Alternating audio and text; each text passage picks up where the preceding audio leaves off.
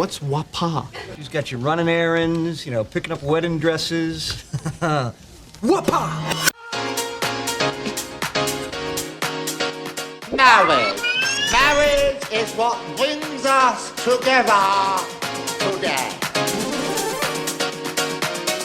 You're now listening to Cutmaster Cast. Yo, what's happening, you guys? Welcome back to another round of the Cutmaster Cast, your weekly dose of wedding industry insights. My name is Chris Romero. And my name is Tony Pacheco. What's up, everybody? What's up, you guys? We are DJs out of Albuquerque, New Mexico with Cutmaster Music. This is season number 2, episode number 54, I believe is what we are on here. And on this podcast, we like to explore our weekly events, wedding industry tips and hacks, and at the end of every episode on Spotify and Apple Music. Yeah, there you go. You know how we do it. We take it back to the music. And also don't forget to share this episode and follow us on all socials at Cutmaster Music. Yeah, you can check out all of the previous episodes we've done on YouTube. We're putting them out here on Facebook now. But I feel like some of them are geared more towards vendors. Some are geared more towards brides. So we totally understand that not every episode is going to be for you. But we really encourage you to check out some of these episodes because there's a lot of good meat and potatoes in there. We're giving out really good nuggets, some on planning, some on how to make a sale, a bunch of different avenues we always try to explore. So yeah, check them out. Just look at the episode titles and see which ones fit for you. Yeah. I was laughing at today's title, The Knotty Music List. This is the Knotty Music List. We're going to talk about this. We're going to get into it a little bit with our topic for today. Yeah. And it's been something that's kind of been a hot topic just in the DJ circle recently. So it's evolving. I figured we'd hop on the bandwagon with it, and it gives us we can give our take on what we think about this. But Totally. We'll get into that in a little bit. Let's start things off talking about our events. We actually we were not able to record and get on last week, so we had a little 2-week hiatus. Break. Yeah. But we are back, and this is slow season for us, so. No events going on for me. I've been I'm in the middle of AAU basketball season right now. Nice. So I get to, it's kind of nice. This is why I like this time of year too. Yeah. Being slower, it allows me to coach Coach Jude and Evans playing soccer. So Nice. yeah, got That's fun. that little knucklehead out there. Soccer's a good sport for somebody that age, right? Yeah, that's kind of the sport where it's like just kids that, you know, they're trying to figure it out. Yeah. They just chase the ball around. It's like a herd of cattle. Shout out soccer. Shout out NM United. That's right. So but I know. Have you had any events like anything? Not in the past few weeks. I think I was nothing at Marble. Marble. We did Marble. No, honestly, but I do have quite a few coming up for the rest of the month. Right. Because I've got Marble Heights tomorrow. That's Friday. Then Sunday Fun Day, which will be 2000s themed this Sunday at Revel. And then we're doing a 420 celebration over at Altitude. So that'll be cool. And then another Sunday Fun Day with All Drake Day. Oh, dang. Yeah. That'll be cool. And then another wedding in there too. I think Victoria's got something coming up too, right? Like I saw her put out her list. So go check out DJ Mischievous. She's Shouts. doing a bunch of different things. I think she's over at Bama's, if I'm not mistaken. Yeah, I know she's got a few things coming up. So that's good. DJ Joe with us has got one coming up. Yeah. What is that? May 4th? It's like an all Latin vibe. Yeah. I'm excited for that. I think it's good for him to get this opportunity to just get exposure, DJ, and really DJ in a crowd that is asking for a party. You know what I mean? Because as long as you curate your playlist correctly and you know how to DJ, it's pretty straightforward. The thing they were talking to me about the booking, and they were like, "Are you bilingual? You know anybody?" I was like, "Nah, you're gonna have to get another guy on a mic for that part." No, senor. Yeah, there's a lot of value in bilingual mic or MC. So. All right, so Cutmaster's hiring. We're looking for a bilingual DJ. Yeah. I was gonna say I need to sign up for Duolingo. Oh, hey, That's well, like a maybe thing. my wife. Maybe I can hire her. There you go. My wife's a Spanish teacher. Yeah. Maybe we can teach her how to DJ and, MC. An MC. I mean, she doesn't even have to DJ. She could just MC. There we go. You know? All right. Either way, we I'll interview her. Yeah. We'll see.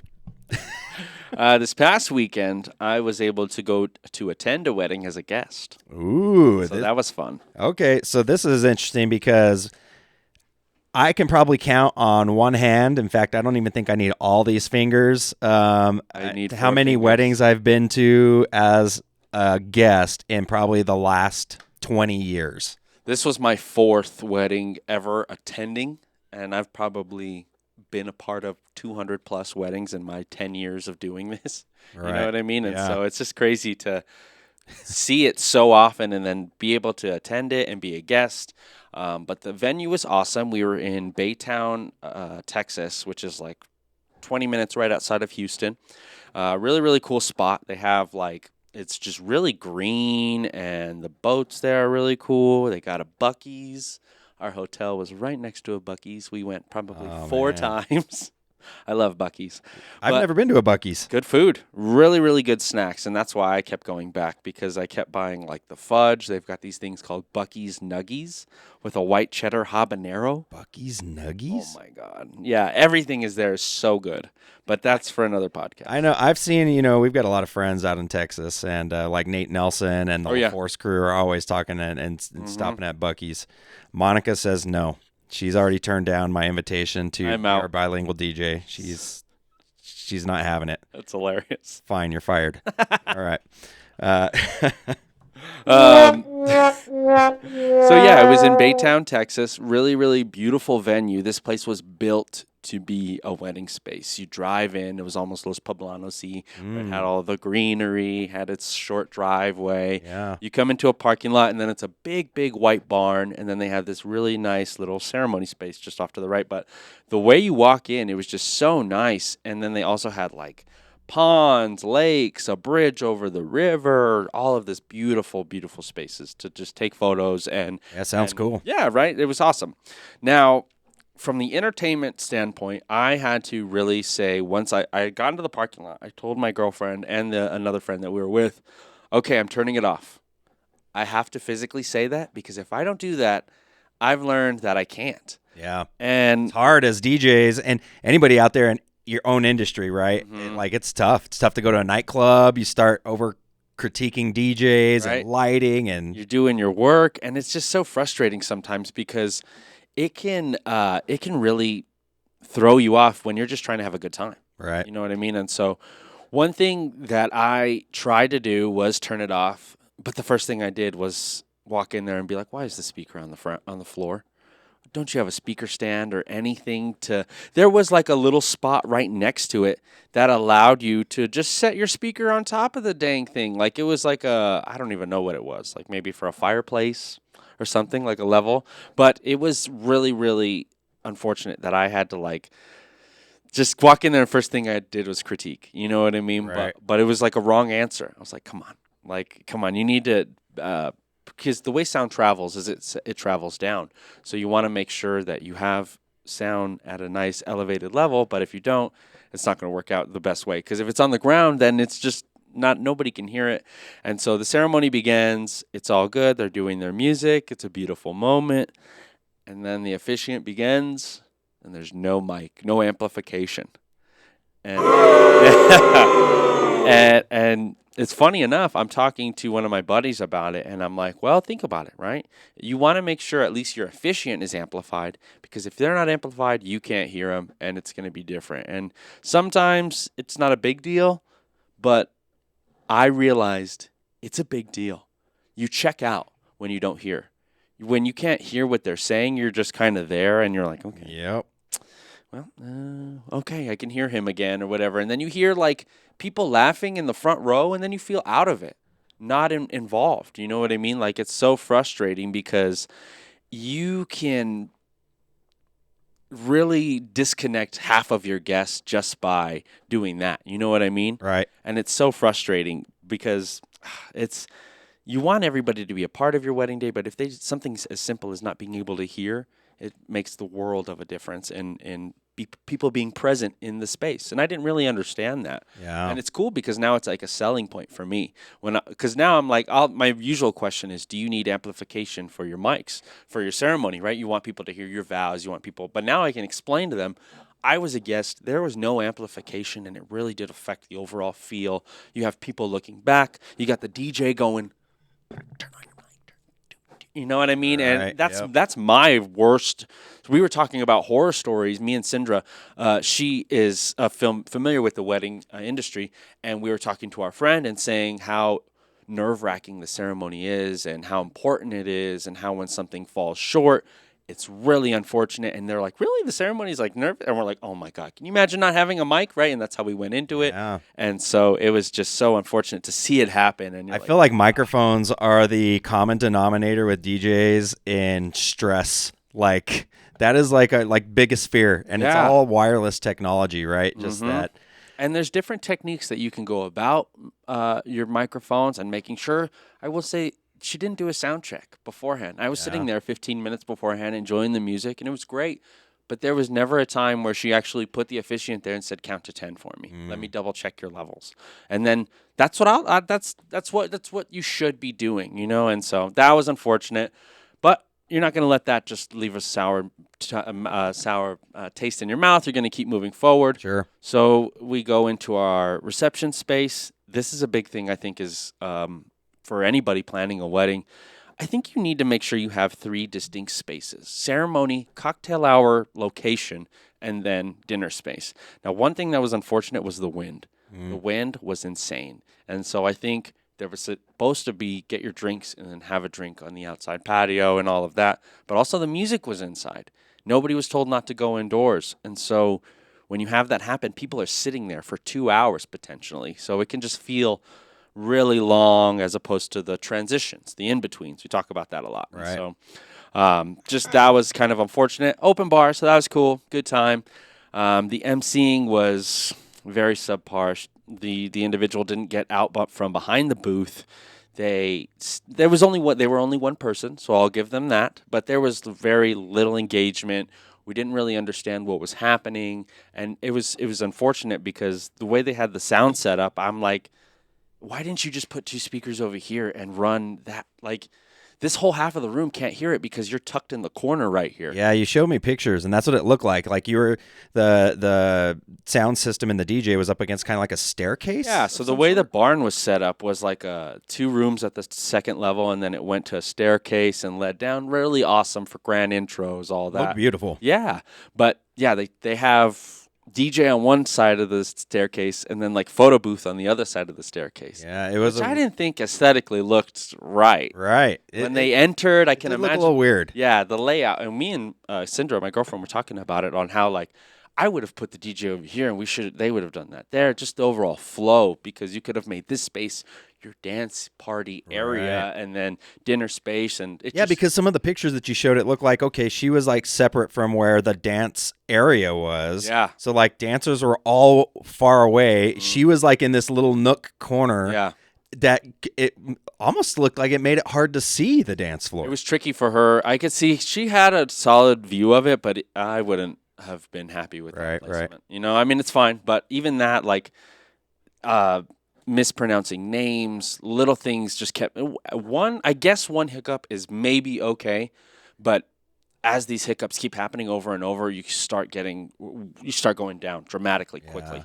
And so there was no uplighting for the space, nothing against that person, but white walls, white interior, were begging to be uplit, you know, and I'm like, it's so frustrating to see it. Even with white uplight. Like it would have looked cool. Like Yeah, make it pop, right? anything, yeah. But so that was really unfortunate. And then the DJing aspect, her song selection was okay, but she didn't overall like evolve with the night. So like she would notice we were dancing to one genre and then drown us in it for like 6-7 songs. And by the time, you know, you get Mr. Brightside, of course. Who doesn't love that song? You play it at the right time, it's gonna hit. Yeah. So then she goes into all the small things.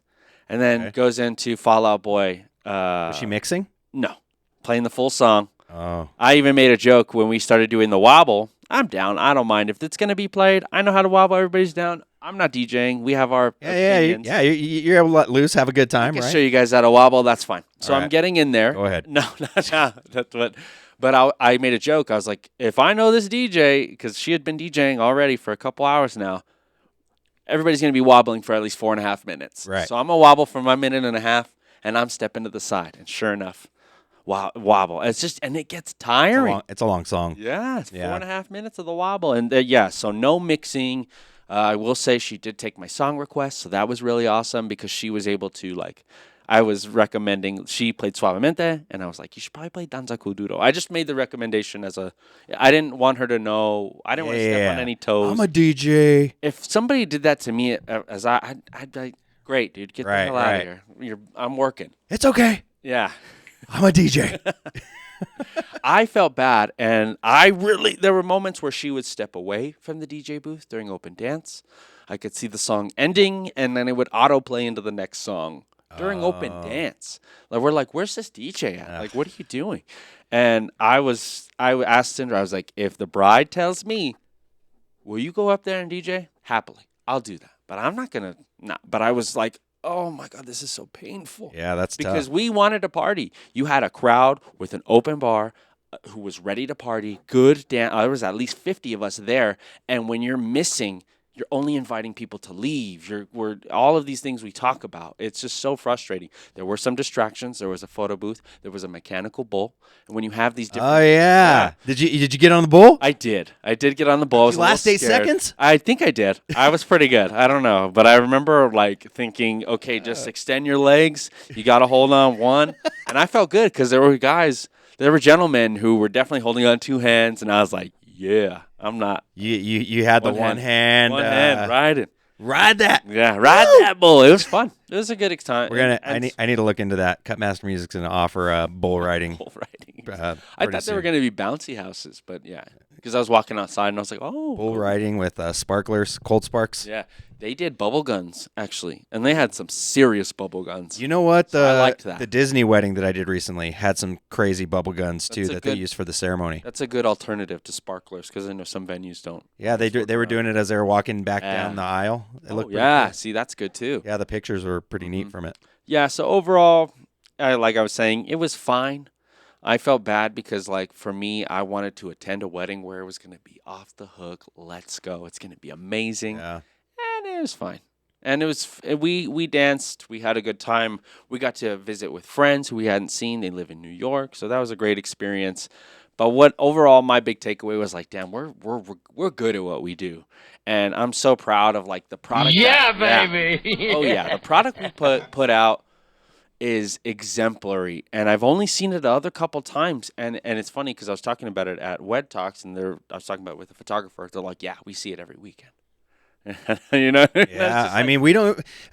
So it's funny because we don't get to see other DJs, you know, and we network with guys, you know, and there's some great dudes. I mean, we were just this past week at Wed Talks, which we are going to have Shauna from the Wedding Collective on here pretty soon, and we're going to talk about Wed Talks and that sort of thing. But it's a local conference and that we attended this past week, and we network with these guys. But in all honesty, like I haven't seen them perform, and I haven't seen any of the other ones that you know that are here locally, and so it's really hard to give recommendations to people just because I don't know what their DJ style is, I don't know what their MC style is, and that sort of thing, because we're always working. I don't go around like seeking events, right? And it's most of the guys that are wedding DJs are not club guys, so they're not like you in Victoria.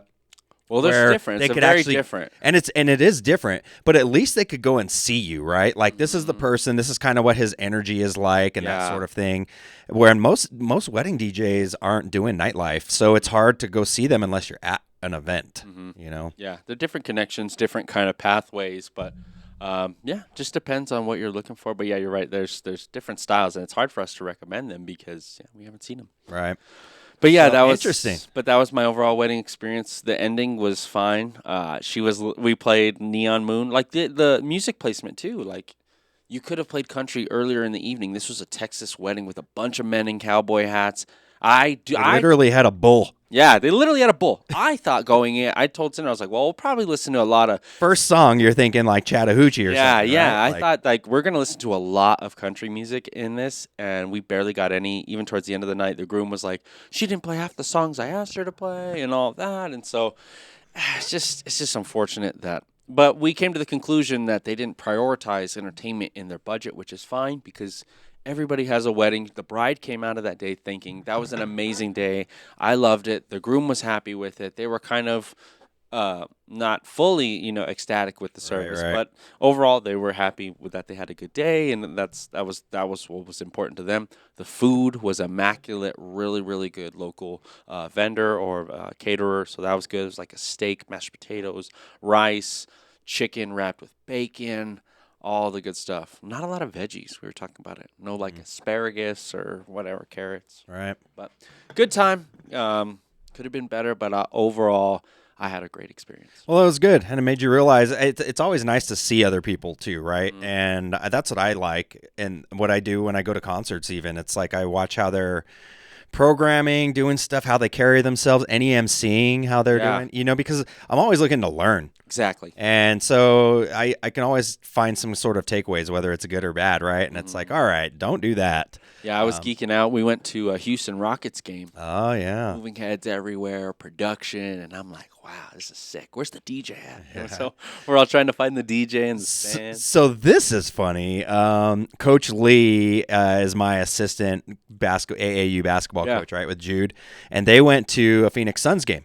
And so he's sending me pictures of the DJ, and he goes, he goes, I still rock with Cutmaster or something like that. But it was cool. It was DJ loyalty. Automatic, who Otto is actually from Albuquerque. Well, Albuquerque, Santa Fe, New Mexico, and long story short, he's now currently one of the DJs for the Phoenix Suns, and Automatic is awesome. Like, he's so good. Nice. Like, that's dope. Yeah, someone I've always looked up to locally, and so it was just really cool that he was sending me. that guy. And I was like, make sure you pay attention to him. Listen, like, he's really, really good.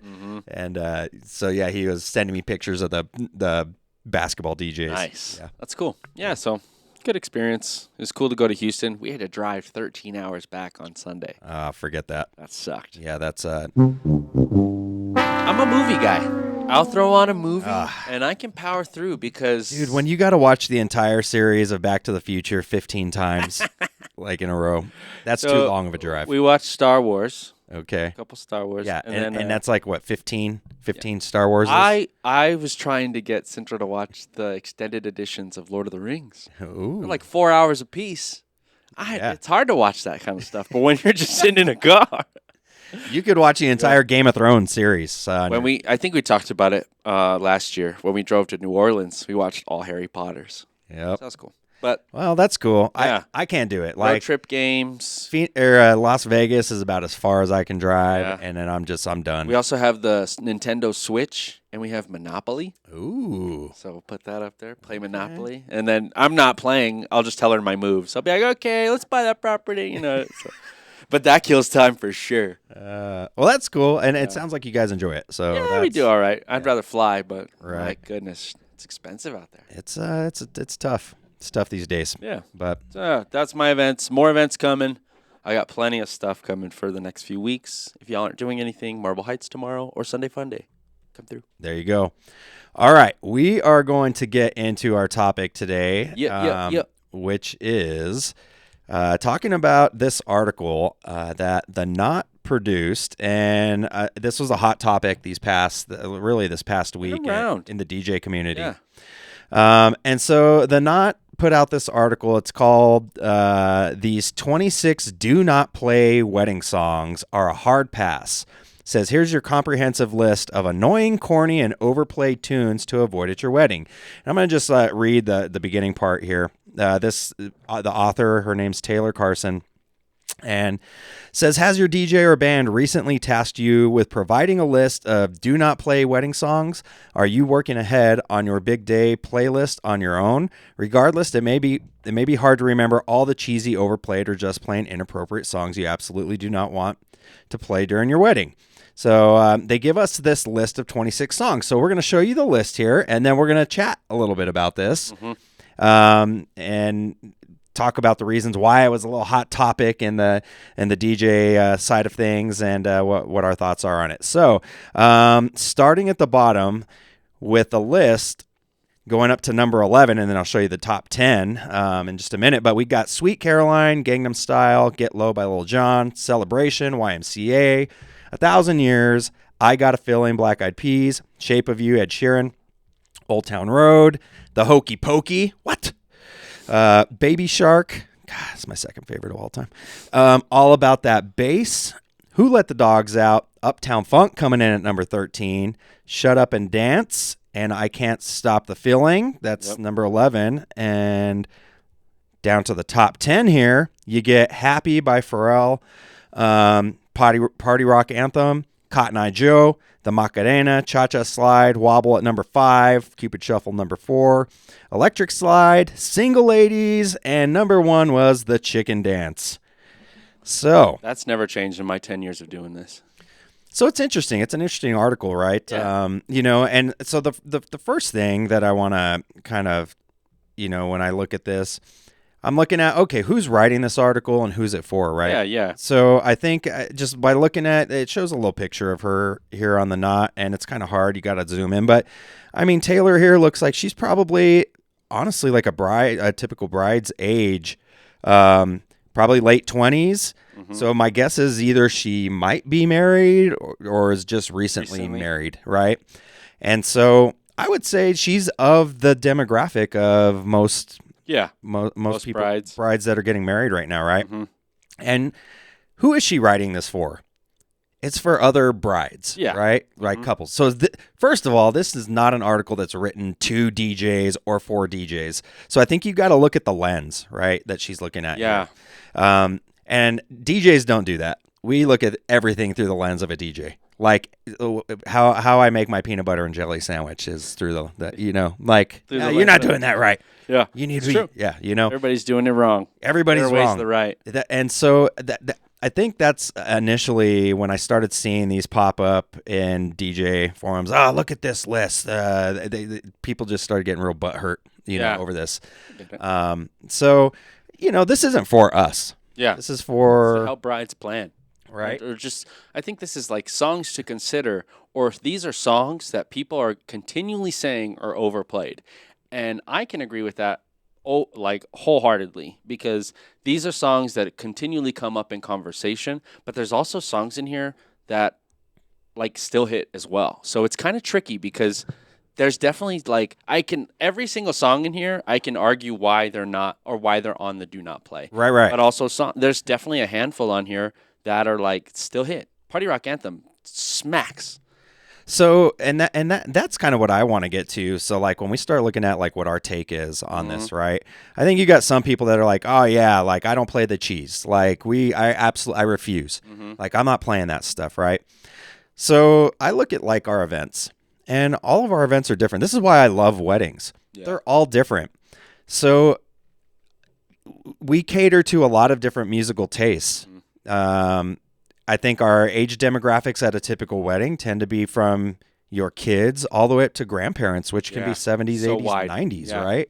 So you're looking at many decades spanned across lots of different genres. This list, too, I think in one of the groups, they talked about at the end every year at the end of the year, DJ Event Planner and I think DJ Intelligence puts out a list and of the top 100 or 200 most requested songs of the year. Yeah. Half of the songs on this list are on that list as well. Yeah. Right. So this is, what was her name? Taylor's, do not playlist, but I could also very easily see this being someone's must play list. Yeah. Oh yeah, for sure, because they love these line dances, and that's what happens. Like every event is so different. So for us, it's event to event, really. Like, I'm not opposed to playing some of this stuff. Like, is the chicken dance my favorite thing to play? Like, no.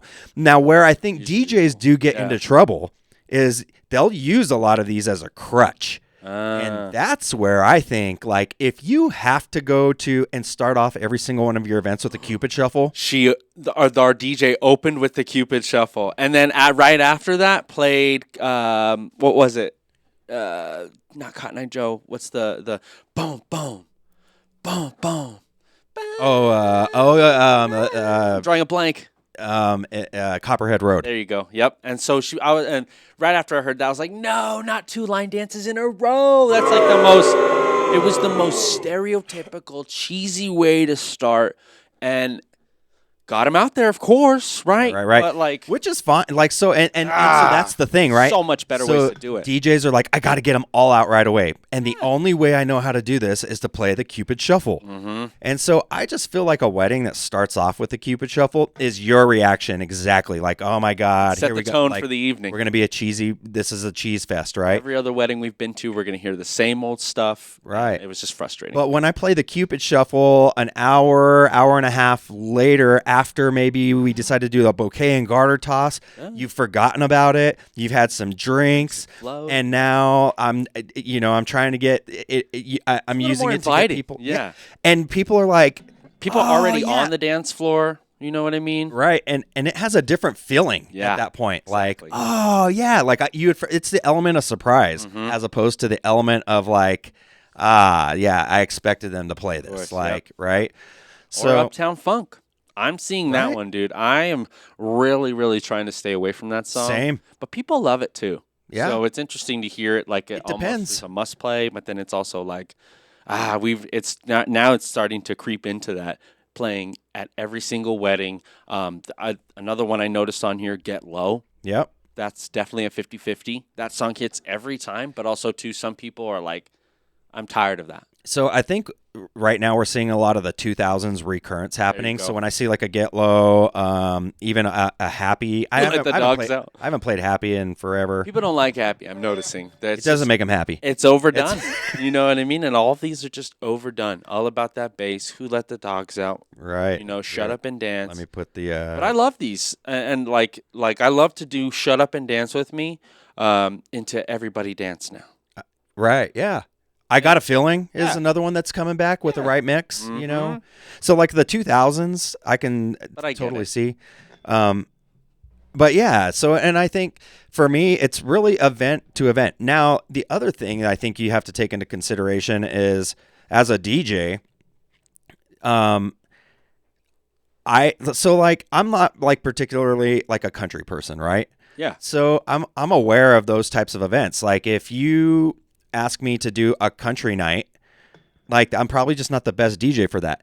Now, that doesn't mean I don't play country. I play country, honestly, like at almost every event, probably like 95% of them. Yeah. But it's usually like a few sprinkled in, and it's like what I call wedding country. Yeah. You know, Chattahoochee, Brooks and Dunn, Friends in Low Places. Exactly. It's like that. It's not old school. It's not the new Beyonce country. It's like pop. That's like more pop nowadays. Dude, that album. Here, let's go off on a tangent for a second. What'd you think? So I listened to it. Yeah. I was in the car with Monica. We went to Meow Wolf in Santa Fe. Oh, yeah, there you go. That's the day it came out. I was like, let's listen to it. And, dude, like, it's – don't get at me, people, but that's not – like, I'm waiting for a country song on it. I feel that. I mean, literally, the track Spaghetti is a rap song. Yeah. She's like I guess it's her version of country. Right? Like, so I'm like, do I just not know what country is? Because she's rapping. It's evolving. Like, and then there's the little segments with like Willie Nelson and Dolly Parton and stuff that's like a minute long, like kind of introducing things. I'm wondering if what standards do you have to appease to, or I don't know what I'm trying to say, but adhere to categorize yourself as a country album. Right. Maybe she's just trying to add to the catalog of different genres. I don't have a country album yet. So I mean, she did have a picture of her on a horse, like in the album. That's pretty country, right? I mean, I was just waiting for like kind of a deep rooted country track. I mean, now don't get me wrong. I thought some of the songs, honestly, were pretty good. Exactly. I liked Blackbird. Her version of Blackbird was cool. There was another one or two like that were like slower tracks. But see, like a bunch of covers. Jolene, Fire, but I didn't care for that one that much, honestly. Fair enough. Like I like Jolene. I like the song. Yeah. I just heard that version of it. So there's like certain songs. I feel like Beyonce, like her voice, like really excels on stuff like Crazy in Love. Like, like she's made for this like high energy stuff. But I'm just personally not a fan of like the slower where she's trying to get wavy with her voice and stuff. Like, it doesn't for me, that's not as good as like the Crazy in Love, high energy pop stuff, right? Are you keeping up with any of the Kendrick, J. Cole? Oh yeah, I've seen that. Yeah, oh yeah, I saw how and J. Cole came out with I'm sorry. Yeah, so it was a great track, and now he was like, I'm sorry. I understand where he's coming from. And did you hear now? I guess Joe Budden put out on his podcast that saying Drake's coming out.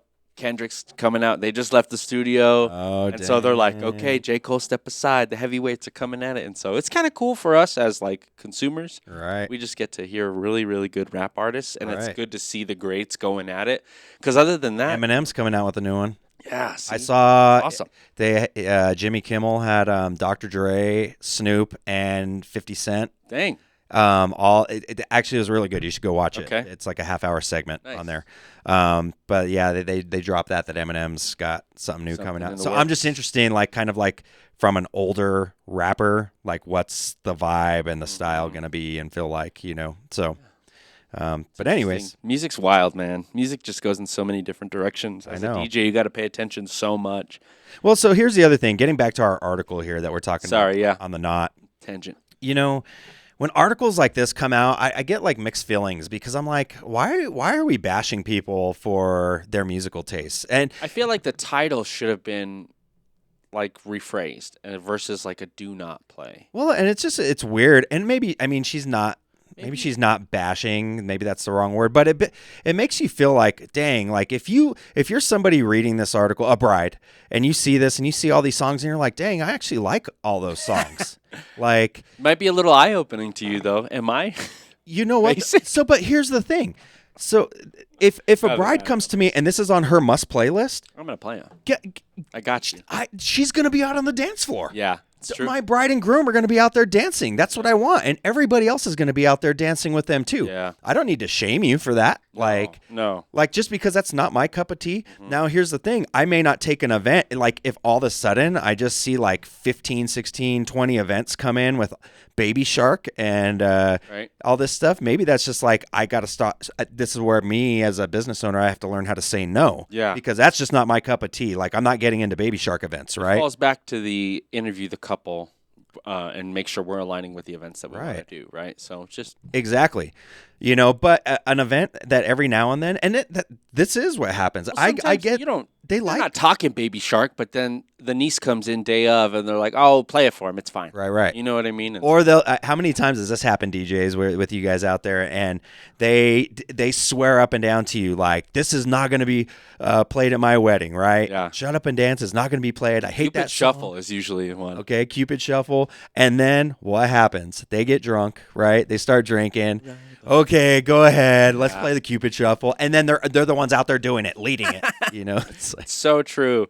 And I think they have this stigma around these songs because articles like these come out and then they realize in the moment, oh, it's actually a vibe. Throw it on. I'm not Right. actually opposed. I think it's the stigma of wanting to stay away from this cheese. and if you have a good DJ, like let's just say, let's take a song like I don't know, 1,000 Years. Okay, it's on here. Maybe the person doesn't like it, but you're like, you know what though? Does this ever happen where you have a bride and a groom and they've got opposing views? Like Interests. she's like, I love that song 1,000 Years, but he hates it. Yeah. And then I can be like, you know what? I've got a version that I'll sample it.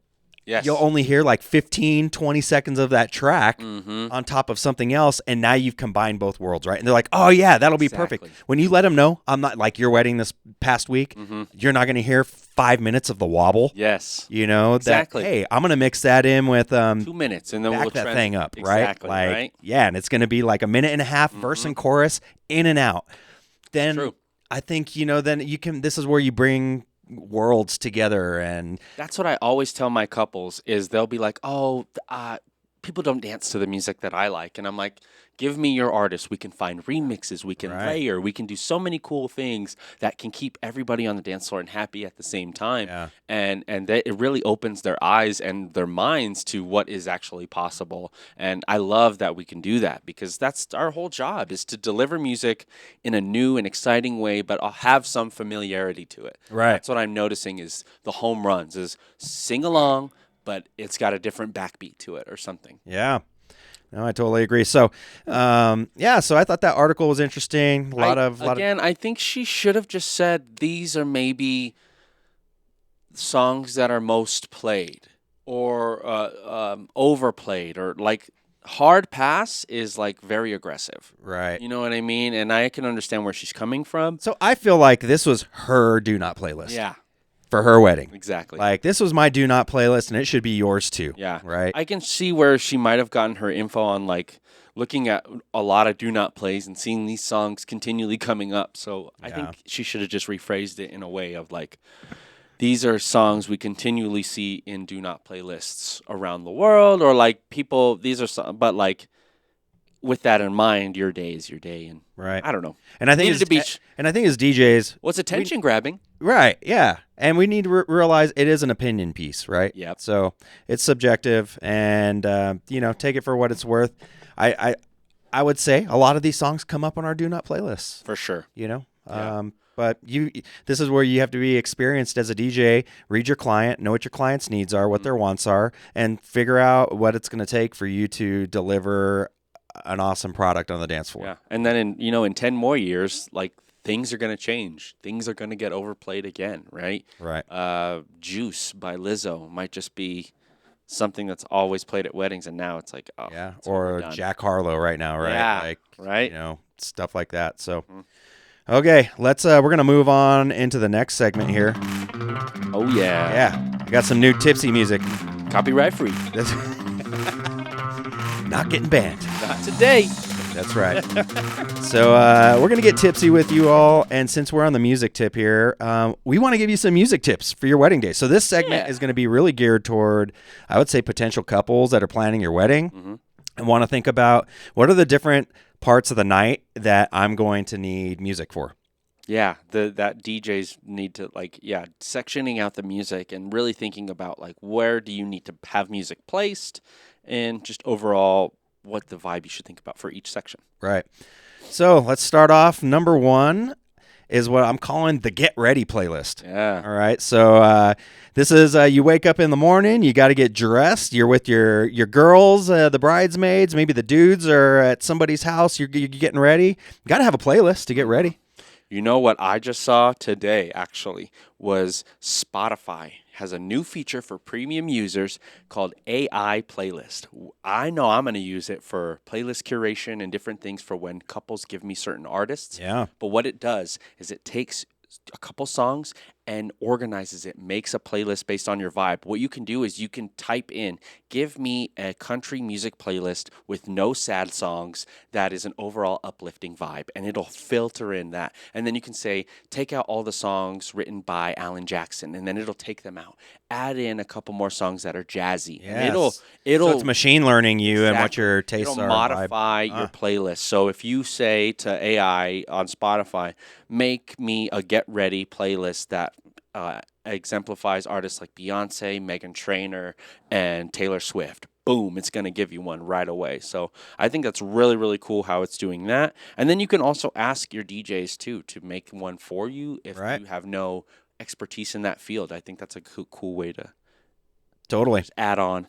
I like it. Okay, so number 2, you're gonna need some music as your guests are arriving for the ceremony. So we call this the pre-ceremony music, and I think there's a few different ways you can go. Typical vibes for us are instrumental covers.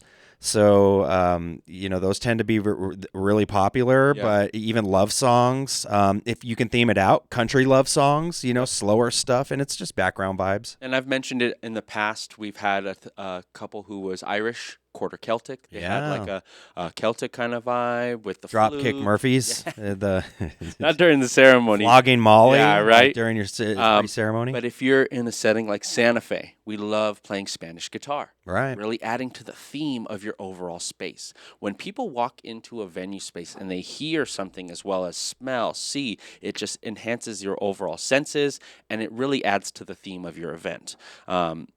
Soft piano is really great, harp. But then I've had couples who want to switch it up and have really bright love songs that are higher energy, but still kind of fun, right? And so there's a lot of different ways you can go about that route, and don't hold back on trying to be creative in this sense because no one's dancing. There are literally no wrong answers. Maybe a little bit. I always say that, right?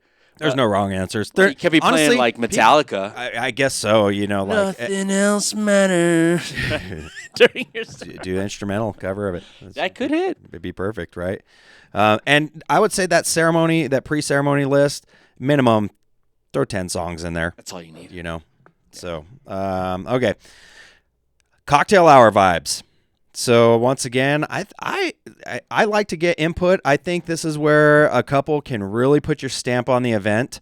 If you want to come up with a playlist, I really enjoy when our couples do that because this is a point of the night. Once again, your background music, somewhat radio DJ, and if you've got some eclectic taste in music that isn't like mainstream dance floor songs or bangers, put them in this list right here. And then like me as the DJ, if I'm DJing your cocktail hour, I mix those in, right? Like, and play with that vibe and then add to the list and that sort of thing. Yeah. So, and don't be afraid to theme this out either. I think it's really cool when people get kind of creative with the cocktail hour, 80s songs or whatever, Motown. Yeah.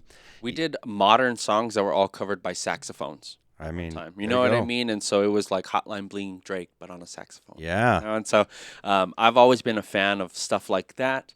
And just, really theme it out. I love the idea of making sure that each being really intentional with the music, because someone is out there always listening or having an active ear, even if they don't even think they're having an active ear. Yeah. It helps. And I just think it's a way to personalize it. Once again, make your event about you, personalize that list. Mm-hmm. Okay. Number 4 is grand entrance or the intros. All right. So I know there's a few different ways you can do this. You could have a song for each individual person coming in if you want. That can get kind of fun. A little bit tricky sometimes for DJs, depending on how many people are in the party, but fairly easy to do. We've done that a lot.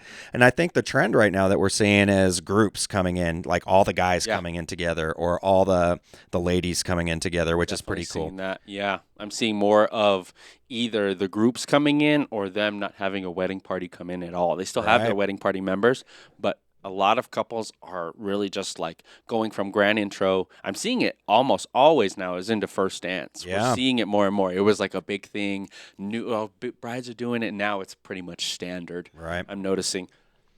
All right, number 5, which we've talked about actually a lot recently on this pod, and that's the in-betweens. All right. They're so huge. As a guest last weekend, you really have to think about what is the experience from the movement from the ceremony space to the cocktail hour space. Are they handed a drink? Are they walking into music? Is the room ready? All of these little things really do help enhance it because people aren't thinking about it, but then it actually, you're like, oh, wow, this is really nice, you know? And so, yeah, thinking about the in-betweens, making sure you have music placed in those spaces or something to help encourage a kind of ambiance or environment, Right. you know? Or just if you know there's going to be kind of like this little bit of a lull in even in between toasts, all right?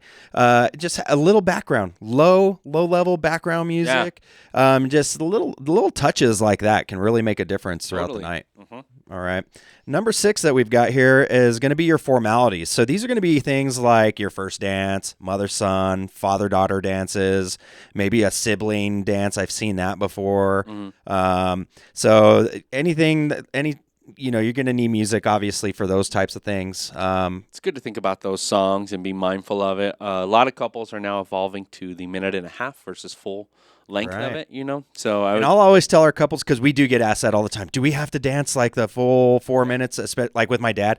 How many times do you dance with your dad? Yeah. All right. Or your mom. It's like, it's going to be awkward. It is what it is. But I always tell our couples, there's 2 things that we can do. Either you can just give me, whenever you're ready, have your moment, give me a little head nod, and I'll fade out one more time, put your hands together for, or if you want to just do a verse and a chorus, most songs, it tends to be about a minute and a half, and that is like good enough. And that going through that chorus, it makes a nice clean break and like Exactly. it feels natural and organic to just get out at that point. So, yeah, that's a good way to do it. Oh, man, things just keep coming up. From your wedding? Yes. So before every single song, before the first dance, before the father-daughter, before the mother-son, they would say, all right, your song is on, and then push play. No. It's like, stop saying that. Oh, Or like, man. I present to you their first dance as husband and wife, or their the father-daughter dance. Like, oh my God, it was so painful to hear her say over and over, all right, your music is on. It's like, oh my God. Painful. Bruh. Okay. Number 7 is going to be what I'm just listing as like ethnic dances, miscellaneous dances. Additional family thing. Yeah, so like here in New Mexico, La Marcha is going to be a big one. Yeah. You're going to need to know that. The Hora.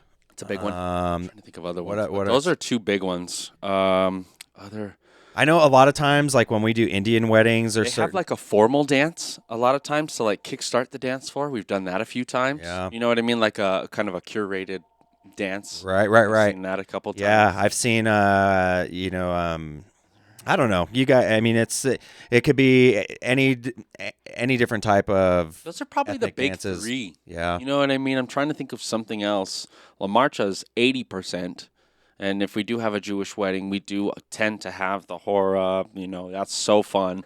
I just can't think of anything. Nothing is really standing out. Speaking of, so this reminded me, we've got an event coming up here really soon, and this is actually our first time. We need to talk about this on a different pod, but we are actually bringing in a DJ from out of state, my good friend Dana. Yeah. Dana is coming in and doing an awesome wedding for us, but I need to talk with her about La Marcha. She doesn't know? Well, she's from Ohio. I don't know why she would know. That's but true. This couple also isn't native to New Mexico either, so it may not matter, but I just want to make sure that she's just aware of it, right? So I have a interesting bride who isn't from New Mexico. Neither of them are from New Mexico, and they want to do La Marcha. yeah, that's what I'm saying. Like, people will come here and they want to do They were traditional like, "Oh, that sounds New fun, Mexican exciting!" things. You know, I'm like, "Yeah, it's cool. It's a good time. Make sure you have somebody who leads it, knows what they're doing." Yeah. But yeah, Yeah. Get familiar with Al Hurricane. All right. Number 8 is going to be like a party starter. So you don't have to do this. This isn't, but it's just I thought about this. You know, you might think about, how do I want to open up the dance floor for my open dancing? you can be very strategic with it and intentional, and it's helpful. And I think the reason why I think it's helpful is because if I know that there is a song that's going to get you, the bride and groom, immediately on the dance floor. Yep. So this is a way that you can get. I mean, it's really simple. This is how you don't need to play the Cupid Shuffle to open up your dance floor. Exactly. Why? Because they like this song over here, and if you get your bride and groom out there on the dance floor, their family is going to be out there with them, all their friends. This is how you do it, and then you can take it from there. Yeah. They like an awesome 80s track. Drop in Hall & Oates, you know what I mean? Like, right? what I want, you get, that'll get in. But, like, that's the idea, right? You Right. talk about these songs, talk about the intention, make sure you're doing La Marcha going in to open up the Right. dance floor, because we know how all of these things play out. So being very strategic with it. If you're not doing La Marcha, I love when we do parent dances. You incorporate a slow mother-son song, and then you remix something into that, right? ABBA, Dancing Queen, and then they're inviting all of their guests to the dance floor. It's not some random behind the booth. You know what I'm Right, saying? right. Like, they've met me a couple hours ago, and yeah, they're probably comfortable with me if I've done an effective job as an MC. But it's way more effective to have your mom of the groom and the bride and everybody who's involved in the wedding yanking everybody from their seats and saying, "Come on, let's party." And Totally. then you run with that. But yeah, having these different strategies is so important, because it can really kickstart your day and get it going in the right direction. And then you roll with it, right? Go get a drink, go do other things. Us as DJs know how to shift and pivot into country, Spanish, whatever. But it's always better to start with a strong open dance and then go from there. Yep. All right, number 9, a last dance track. So this is one that a lot of times my approach with our couples is, we can have a last song if there's a certain way you want to end. A lot of times I think it does work better if you allow your DJ to just read the vibe at that time of the night. So if you are puttering out and we are on the decline, not very many people left, a lot of times a nice slow song tends to work for that. But if you are leaving at or your party ends at 10:30, a little bit earlier, a lot of people are still going to be there. I think it's great to go out fist pumping on top, high energy. Yeah. Well, I mean, I've gone till midnight fist pumping energy, right? It just depends on the style. Depends on the reading your group. event, right? Yeah, and Right. talking with them and making sure having that conversation beforehand too, Yeah. because there's those expectations of, we'll go till midnight, and then you talk with them at least in your meetings, letting them know, hey, do I have that ability to talk to you at 10:30 and say, hey, what are we thinking? Right. And then just having that conversation beforehand is huge. An awesome thing we're going to be doing for my next wedding. They suggested this, and I'm like, I'm mentioning this to every couple now.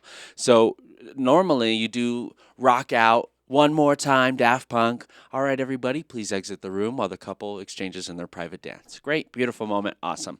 What we're going to do is we're going to have everybody get off of the dance floor, form a little circle around the couple, do a private last dance for them, and then remix something into high energy. They'll bring them back for one more rockin' dance. So it's like reversing it, but it's going to work out like really, really cool. I love the idea of it. I'm interested to see how that works out. Right. But I know, and actually that leads us into the final one here, number 10, which is the send-off and private dance. Yeah. Because we've had a lot of couples that they want a dance just with them, nobody else in the room. Yes. And it's typically, and why I put send-off on here is because that's a great time to do a private dance, is if they are planning on doing like a sparkler exit, a bubble exit, or whatever, where we're taking everybody outside the room, I need everybody to make your way to the entrance. Make sure you grab a sparkler, and we will meet you outside as they're getting ready for that out there. Then the couple can have their final private dance by themselves in the room. It's a plays nice out touch. really well. Right. So, yeah, but they were like, we don't. It was interesting to hear the couple say that, because I explained them that whole thing. I don't know if they're doing a send off, so that probably is a contributing factor as well. Right, yeah. And you know what I mean? I would say we don't do a lot of send-offs here. It's 50-50. Yeah. You know what I mean? Because we'll do a fair amount, but it's just one or the other. I don't know. But like you said, it's a great time to get them outside, play your private dance, and then send them off in a nice way. One thing that we just started doing recently was after party mixes as well. Yep. So I just did one for a couple. We couldn't DJ their actual wedding, and he was really bummed. But he was like, "Bro, we'll pay you if you send us a 3-hour mix for the after party."